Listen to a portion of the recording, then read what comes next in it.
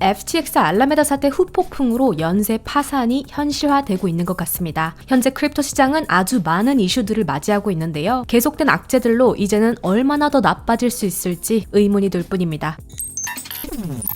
아마도 이번 주 안에 암호화폐 시장 내 중앙화 금융 플랫폼 중 정말 큰 플레이어들이 파산되는 것을 맞이할 것 같은데요. 그리고 그 실체를 알아냈다고 생각했던 FTX 해커의 의아한 행동에 이목이 집중되고 있습니다. 오늘은 암호화폐 시장에서 현재 직면하고 있는 몇 가지 이슈에 대해 간략히 이야기해보도록 하겠습니다. 그럼 본격적으로 오늘 영상 시작하기 전 여러분, 앞으로 더 많은 소식 전할 테니 좋아요, 구독으로 세계 디지털 자산과 경제에 대한 놓치기 아쉬운 소식들 크립토 누나와 함께 하세요. 제네시스 트레이딩은 기관 투자자들이 암호화폐 시장 진출을 위해 사용하는 가장 큰 플랫폼 중 하나인데요. 특히나 기관 투자자들은 다른 사람들을 위해 자금을 관리하고 거래하는 역할을 해줄 누군가가 필요합니다. 그래서 제네시스 트레이딩은 기관 투자자들의 거래와 관리 서비스, 대출을 위해 수십억, 수백억 달러의 돈을 관리했죠. 그리고 최근 제네시스 트레이딩은 FTX 사태 여파로 인해 인출을 중단했는데요. 게다가 이 악재를 빠져나올 방안으로 10억 달러의 대출을 요청하겠다고 밝혔습니다. 그리고 제네시스 트레이딩은 갤럭시 디지털과 같은 암호화폐 내 많은 투자자들에게 이 기회를 제안했지만 아무도 받아들이지 않았죠.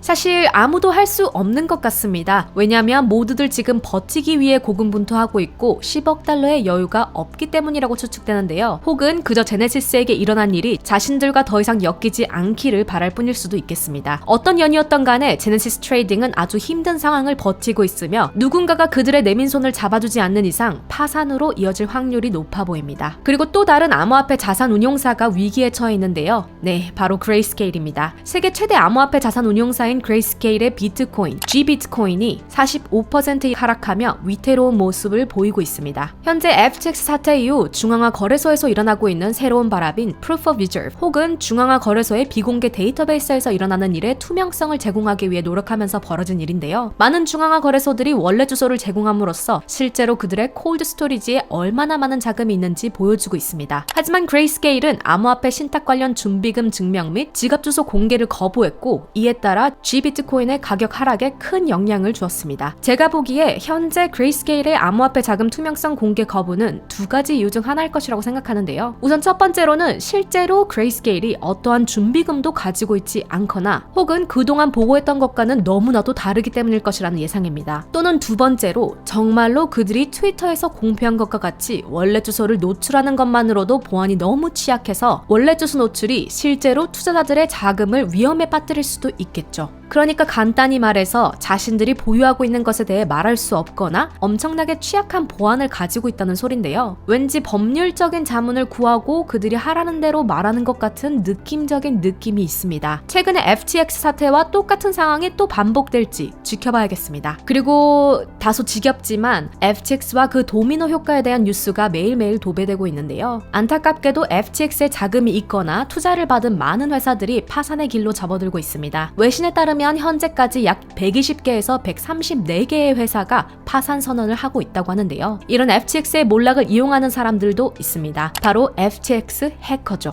FTX 사태가 일어난 지 며칠 뒤 FTX의 암호화폐 지갑에서 6억 달러 이상이 인출된 것을 포착했습니다. 곧 이어서 FTX는 해킹이라고 말하며 공식 텔레그램 채널을 통해 사용자들에게 새로운 업그레이드를 설치하지 말고 모든 FTX 앱을 삭제하라고 지시했죠. 그리고 한 외신이 이 해킹이 사실은 바하마 섹트가 안전을 위해서 통제한 것이라고 밝혔습니다. 하지만 이 해커는 최근 이더리움을 대량 매도하고 있는 것처럼 보이는데요. 그렇다면 바하마 규제 당국이 이더리움을 버리고 있는 것인지 아니면 그 해커가 사실은 바하마 섹트가 아니었는지 혼란스러워지고 있습니다. 만약 이 해커가 바하마 정부가 아니라면 현재 해커는 랩트 비트코인을 사기 위해서 5만 이더리움을 팔아치우고 있는 건데요. 1,500만 달러의 이더리움을 버렸고 1,200만 달러의 이더리움을 버리려고 했으며 그리고 오늘 저녁 6시경 해커가 또 10,000개의 이더리움을 새로운 월렛에 옮기고 있는데요. 현재까지 메인 월렛에 18만 5천 개의 이더리움이 남은 것으로 보이며 실시간으로 이 해커의 움직임이 트위터에서 업데이트되고 있습니다. 해커는 이더리움을 팔고 렌 비트코인이라는 랩트 비트코인을 사들이고 있는데요. 렌 비트코인은 유동성이 제한적이지만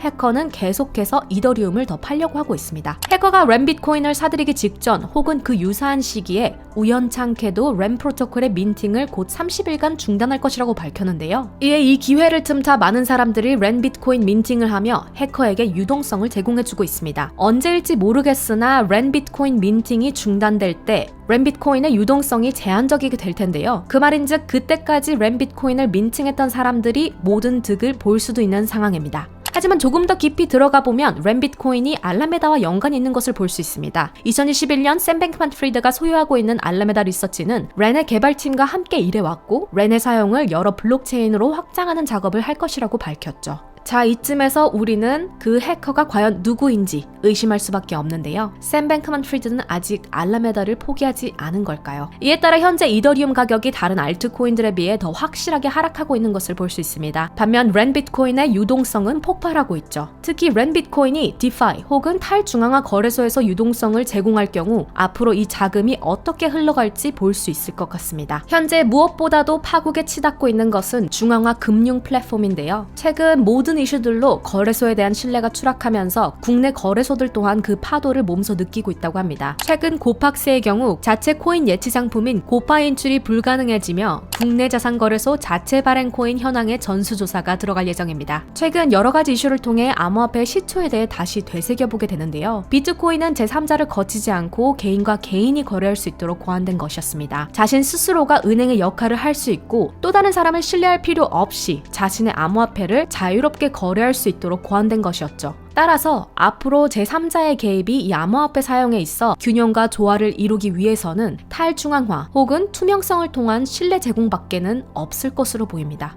오늘 공유드린 내용 관련해 여러분들의 의견 자유롭게 코멘트로 공유해주시면 감사하겠습니다. 그럼 모두들 다시 만날 때까지 아디오스!